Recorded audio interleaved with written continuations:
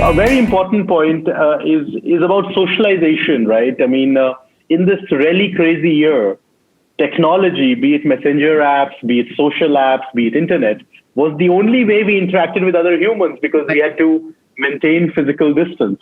And I guess there will be some new studies of this new sociology of the internet. But something that has been in discussion has pretty much come out quite clearly that online interaction is equally important for young people as offline interaction with their friends. I mean, that is what probably, I am still a digital migrant.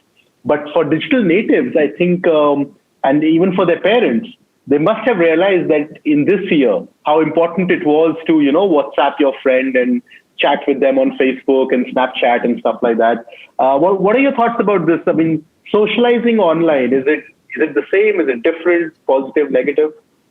Well, we've seen in the research that children really prefer face-to-face, in-person socializing. I think we all do.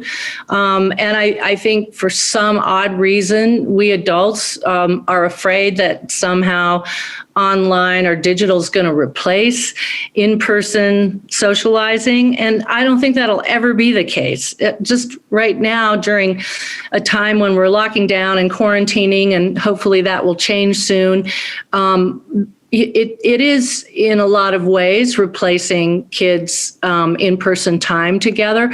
And that, that is probably the main reason why they're struggling so much mentally, right? They need to be together. They need to see each other in school. They need to, really have that physical, contextual experience of being together. So that's where we have to, be a little bit flexible, I think. But we don't have to worry about digital replacing real life. If we could even call it real life, digital is just part of real life now.